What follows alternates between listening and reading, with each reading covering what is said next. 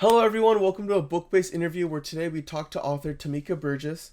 Tamika is an author who's known for creating stories that are centered around her Black Latina identity, using illustration and memorable characters to show pride in acknowledging their African ancestry while staying true to her Latino culture.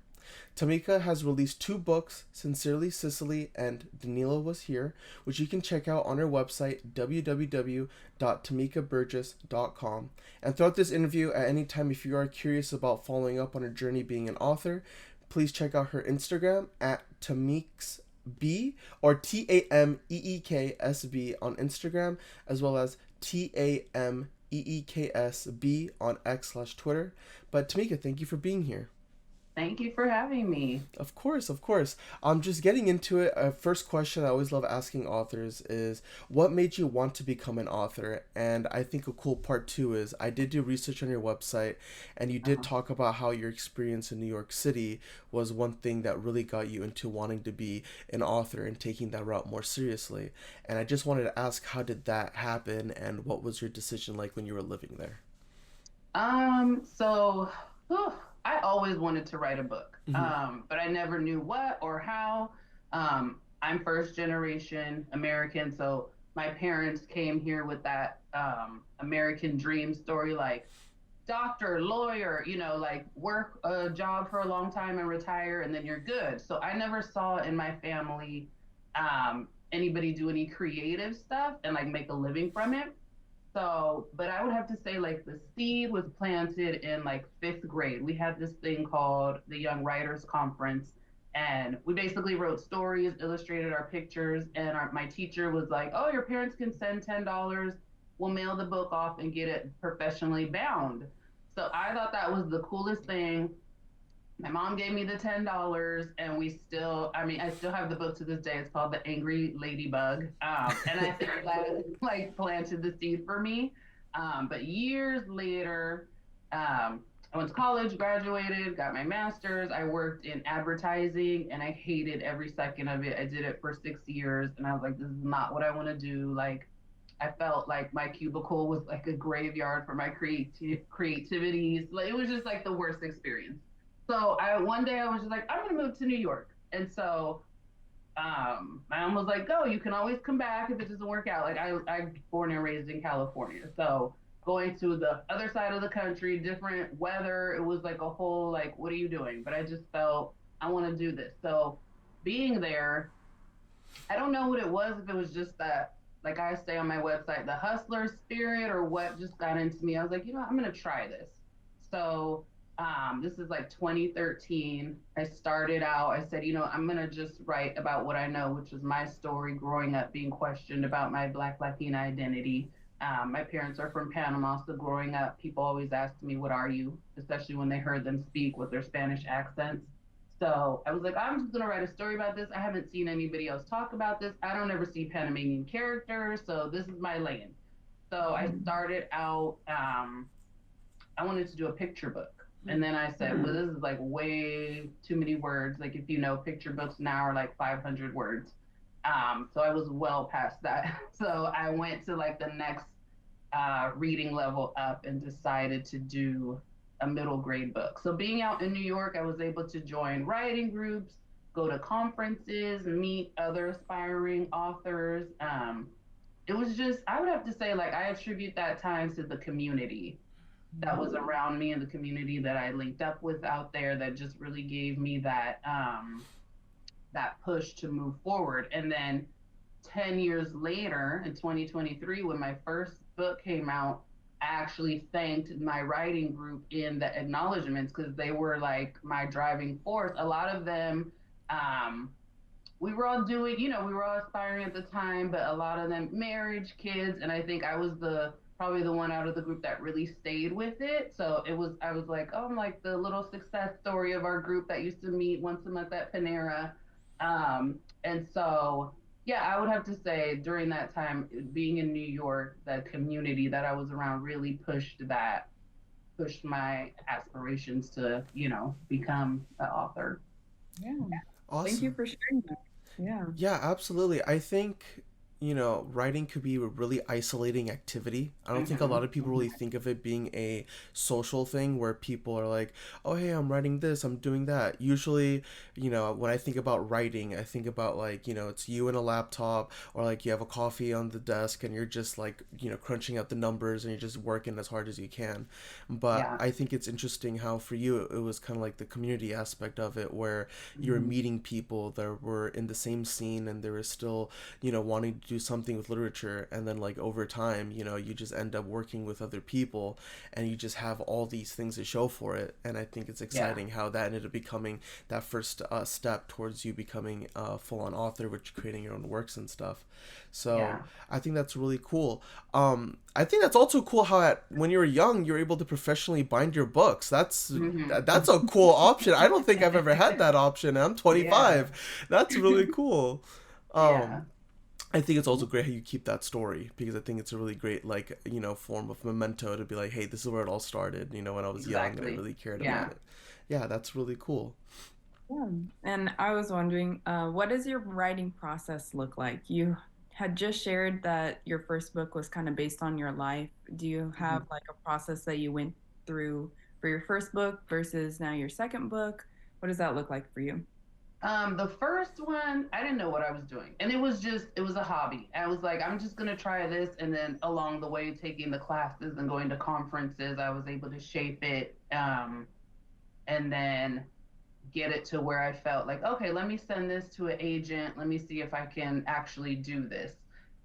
So that, like I mentioned, that 2013 to the book coming out in 2023, it was a 10-year process. And again, it was a hobby. So it was, oh, I'll write it. Then I left it alone for a long time. Oh, let me go back to it. And then with the second one, so when I got my deal with HarperCollins, it was a two-book deal. So I already had my first book, but then I was like, oh my gosh, I have to write a second one. I have no idea. And now I'm on a deadline because they've paid me, so I have to write something. So even with that, so my second book is historical fiction, and it's set in 89 in Panama when the US military invaded the country. So that whole, like, Panama and the US have a long history of just different things. And so that's always been something that's always been on my mind. Like in the year 2000, my family, we went to Panama because that's when the US gave the canal back to Panama. So that was like a big deal. So from then, that's when I started to learn about all the different things between the US and Panama.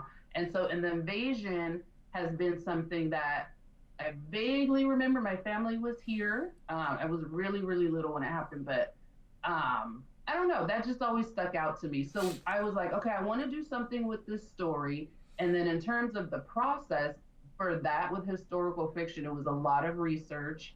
I watched a lot of documentaries just to be like, well, what happened? I could easily do a Google search of why the US felt and, read old articles about Panama's response and how Panamanians felt. But just to get my mindset back to that time and place and then how people felt. And then also, like, my mom was really helpful. She reached out to a lot of family that was there at the time.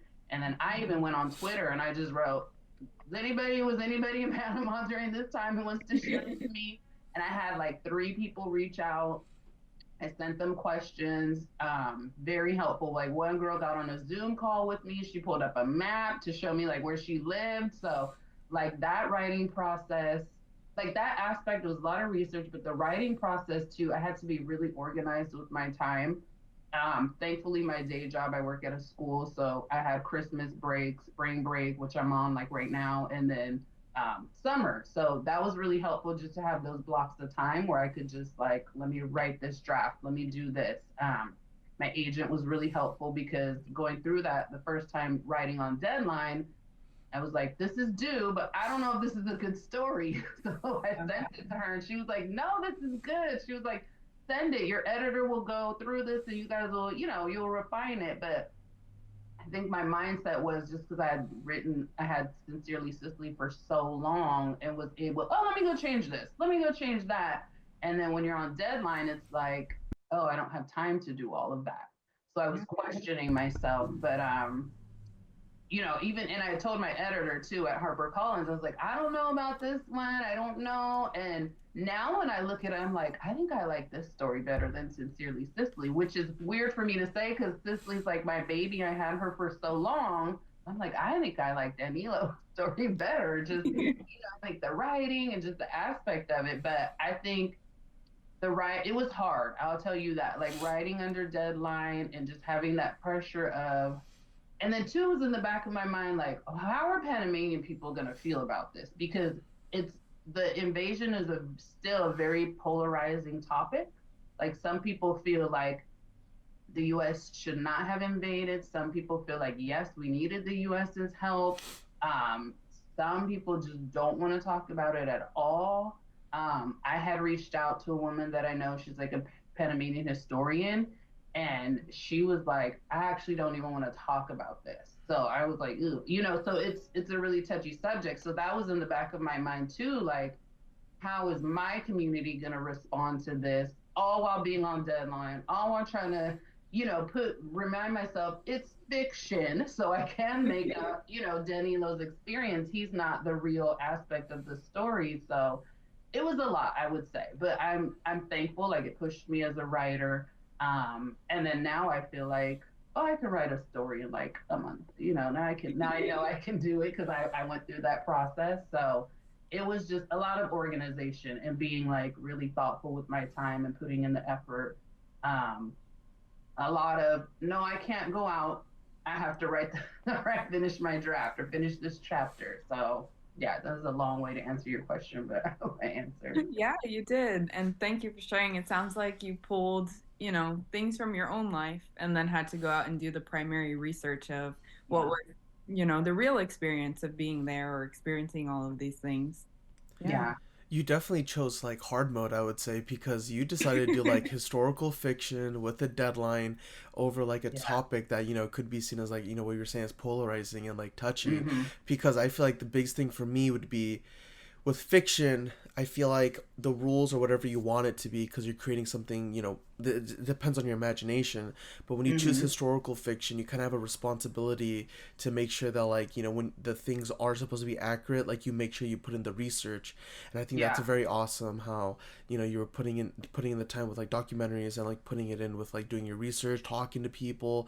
I think Hmm. that's a necessary thing, especially when it's over a subject as touchy as the invasion of Yeah. Panama and stuff. And I could totally see why you would like that book as well, because I feel like this one, I think the second book, Danilo was here. I feel like it just goes over a big community aspect of exactly like what is not only Panama about, but how does that contrast with what the U.S. saw it as, and like when they Hmm. invaded, what were the different ideals, the different feelings of identity that came out of that whole experience of Yeah. somebody coming into your country.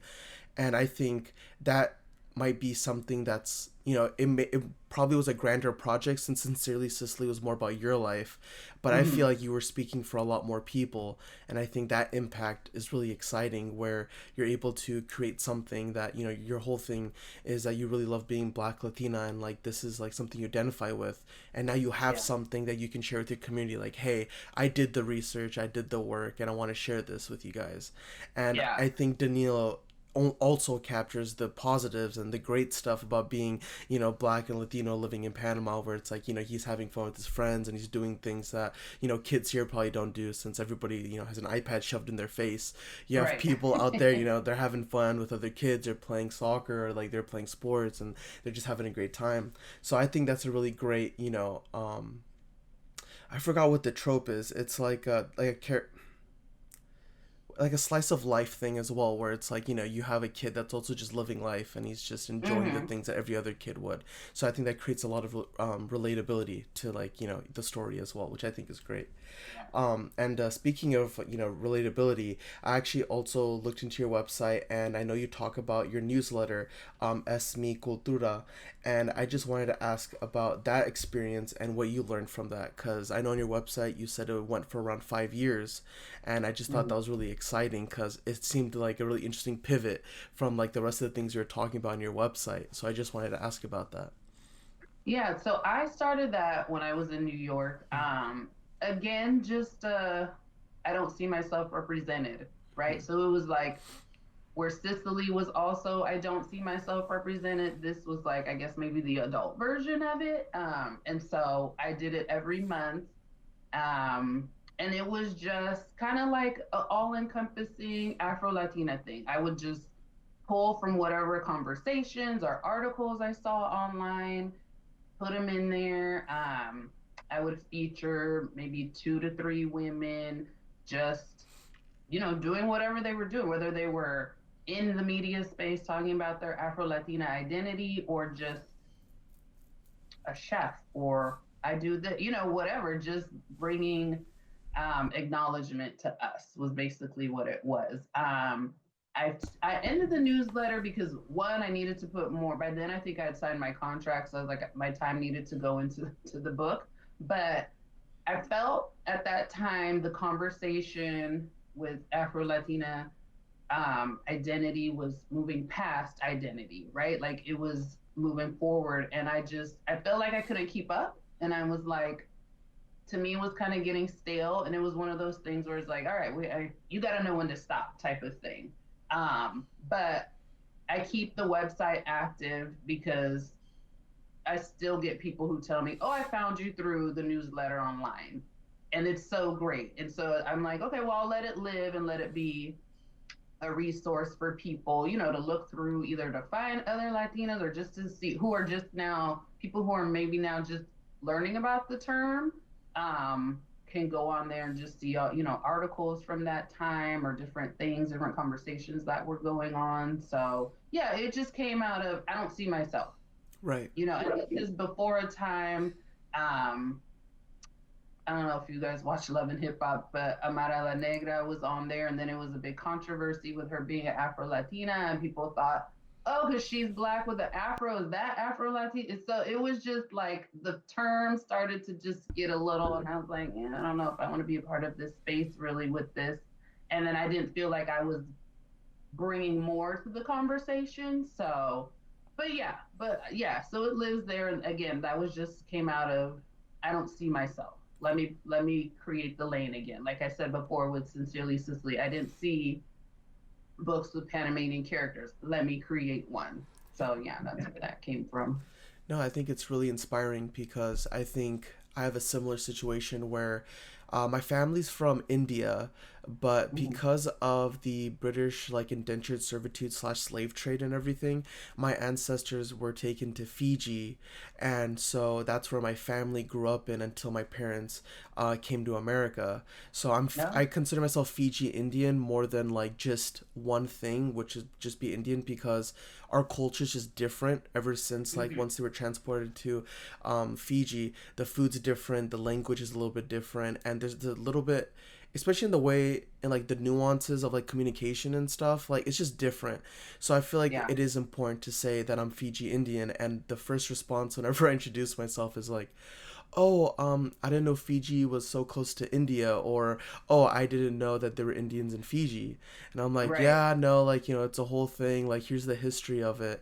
And I Yeah. agree with you that when you start seeing like cultural like hybrids, where you start seeing like, the stacking of like origin stories and backgrounds of where people are coming from, the representation of it kind of goes down extremely because it's either not popular or some people consider it quote unquote taboo, so it's easier to not talk about it than to, Yeah. maybe express it and to, address some of the things that come out of, identifying with this.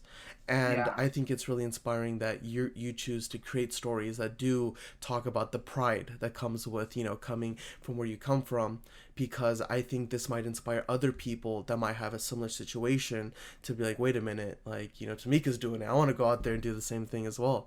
And I actually, you brought up another thing that made me want to ask this as well. Like, why did you choose, when you were writing Sincerely Sicily, why did you choose to create it through the point of view of a little girl versus maybe a story that's more adult about maybe a young woman that's living life?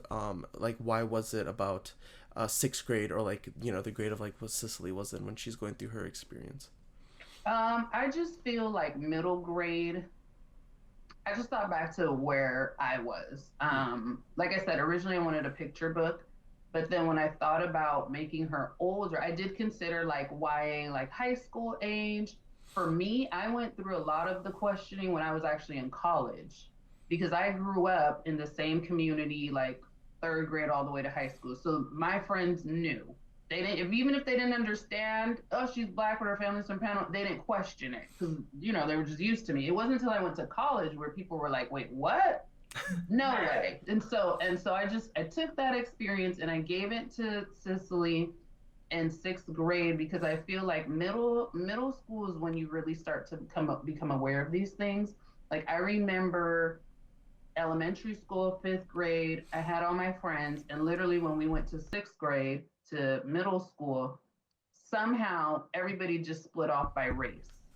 There wasn't a conversation, or at least I missed it if there was, but it was like all of us Black and Mexican and Filipino, because there was a little bit of us, we're all together, white kids together, and that's kind of we just segregated ourselves. And so when I think back to that, I was like, that's probably the point where we really start to think about culture, identity. We care about how we look. All of that stuff starts to matter to us. So I felt like writing a book about knowing the difference between race and culture, which is essentially what the point of Sincerely Cicely is. I feel like a sixth grader reading that, they would understand it. Not that somebody older wouldn't, but it would just, I feel like it would penetrate more because it's opening their eyes to something. They're not, I guess maybe not jaded yet, right? By being older and having certain experiences. But I just feel like that's the time when you really start to like question things and think about things. And then in terms of two, I was like, if they can read this in sixth grade and realize, okay, if I meet somebody who's Afro Latina or whatever kind of cultural mix or race mix, I don't need to question them with what are you? Or I don't need to, be skeptical about it. You at least have an understanding of, oh, okay, race and culture and identity, these are all kind of separate things. I can ask about it in a nice way, to learn for myself, but being skeptical and what are you? And, just understanding that everybody's not fitting into that box, I think is an important lesson to teach for that age group. Yeah. I Got can it. Thank definitely you. see that being a good age to start that conversation too and have that be like a more serious topic because that's not something that you necessarily get told, like even by your family or in school or anything. Like that's just not, you don't bring that up. So having resources like this, like your book, like your newsletter, I think are great jumping off points, but especially your book, Sincerely Cicely, I think is a great, age range for that topic for people that are curious about it, for kids that are going through things like this. That's a great time to, start reading things like this. I think that's Yeah. Yeah. And then like giving it to them in a, like I always think about it like a spoon fed, like yes. you're getting the message, but there's a whole relatable story as a sixth grader that you can relate to. Like, Cicely is starting a new school. She has to wear uniforms. In her mind, she's a little fashionista. So the uniform is like, oh my gosh, earth shattering for her. She gets her first crush. All of a sudden, everybody's interested in boys. So she's like, well, when did this happen? And then she meets a boy. And then she's trying to like go through and get into writing again. And then she has this issue that happens with her abuela with her hair. So it's just a lot of different points of interest that that age group can take, but also an adult can read and either, oh, I went through this too, or, I wish I would have known this. That's something I get a lot of people who've read Sincerely Cicely as adults tell me, I wish I would have had this book when I was younger, for whatever reason, whatever they relate to or whatever speaks to them about the story. So, Yeah. Awesome. We had another question. So we were doing some research on your website and we saw that your advice to new writers is you have to write, make the sacrifice now. It will pay off in the end. Can you elaborate on that? It's kind of like what I was saying before when I was writing the second book, and I was like, there were plenty of times where I had to make the decision, like, oh, am I going to go out? It's Friday night, everybody's doing whatever, but I need to get this done. I remember when I was in New York, my writing group that I also spoke about previously, it was a lot of us in the beginning. And little by little, people started to drop off. And so in the end, I think it ended up being like a core four of us. And I remember one time somebody was like, it has to be about the dedication. The effort that we put in now is what's going to pay off later. And I think that really stuck with me because making that sacrifice, I see it with Danilo making that sacrifice, and specifically during my Christmas break from work, those 2 weeks, it's the holidays, so many parties and stuff like that, but making the sacrifice, I feel like I have a great book. I was able to meet my deadlines. And even with that, sometimes I felt like I don't know if I'm done yet. And my editor had asked, she was like, "Do you want to push it back? I can give you more time." And then I was like, "No, I wanted to, I wanted to come out when you're supposed to." But so then I was like, I have to really do my part to meet the deadlines to get this done. So yeah, I think it's just I'm seeing that now specifically, going through what I went through with Danilo with that time period of having to write it. So yeah, I think just putting in that effort, it makes such a difference. And it does pay off because I do really feel good about, the story coming out when it did. And, like it just book just came out in January. So getting to do all these events in the last couple of months and, talking to people about it and hearing the response from those who have read it already. So yeah, I think it was good advice that I still take and remind myself of. No, I think it's great advice as well because I think writing is kind of like going to the gym and working out, where I think the hardest part about writing is the first couple of days when you start it because you're like everything is just messy and you don't know what your writing style's like, you don't know if it's a good idea. Yeah. I think there's moments, especially for me, like I love writing and I'll think about an idea in my head and it just looks so good in my head, like I have it all played out, and I'll type it and I'm like, oh my god, this sucks. Mm-hmm. Like I need to change everything right now.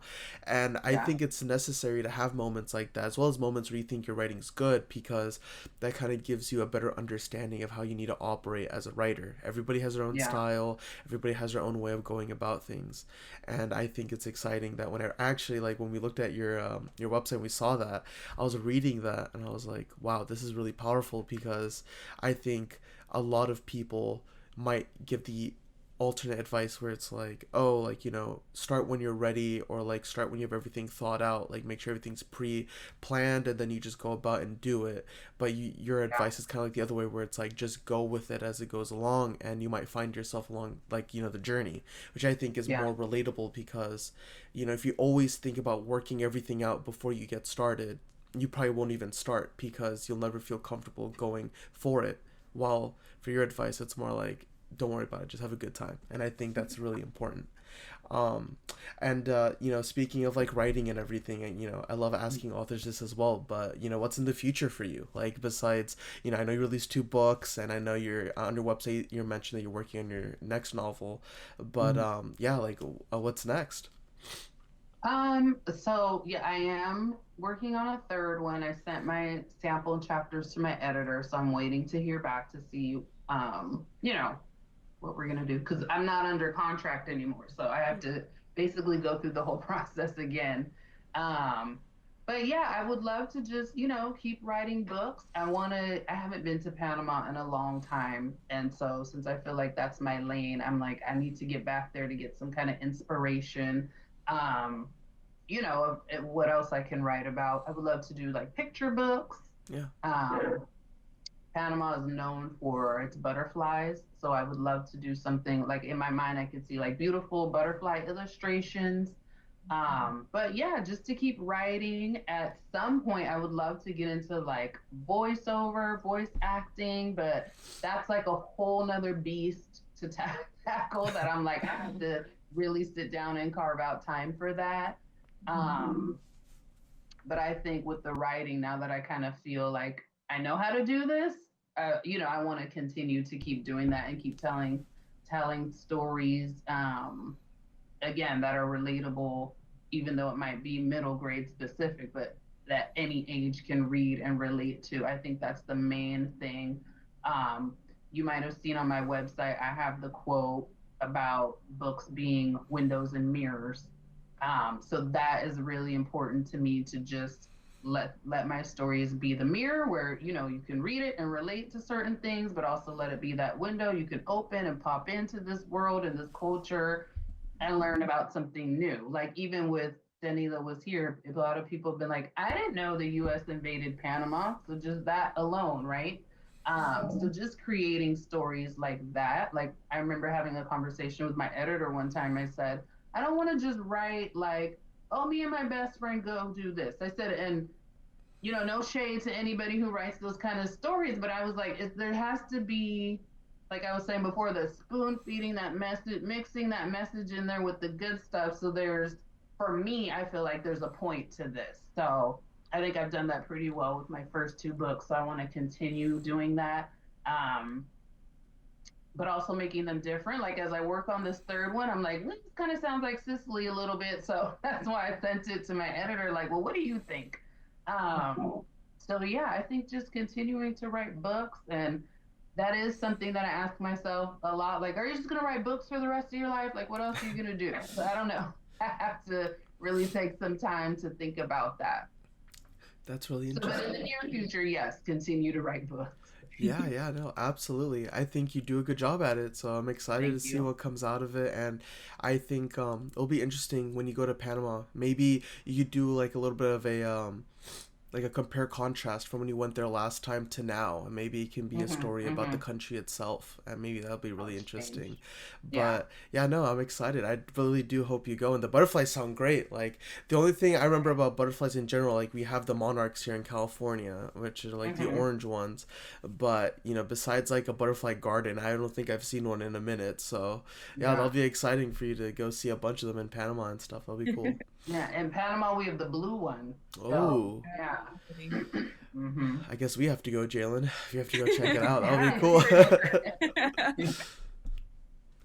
And this is going to be our last question. And I feel like you just kind of touched upon it with the windows and mirrors quote that you have on your website. But what do you think is important about socializing around books? Um, well, yeah, the windows and mirrors. I think,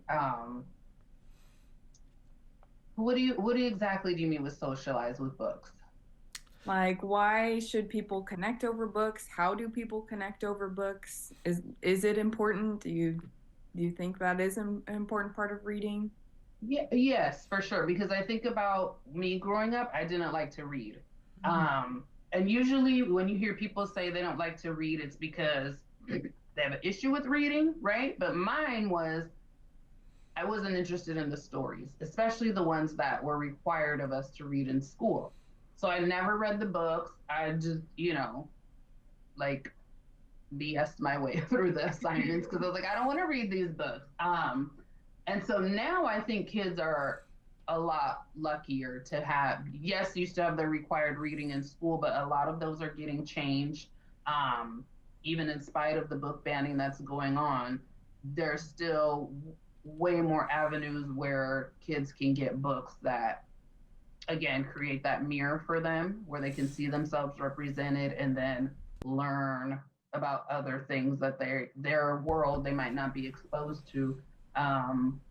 So I think that's important, just again opening that window and letting them see like, oh, it's not just my family, my town, or oh, not just my family but they do this too. So yeah, I think that's important. So that's why again that quote really stuck out to me. Actually, I was on a book tour and I went to a bookstore in Columbus, Ohio, and they had it on the wall.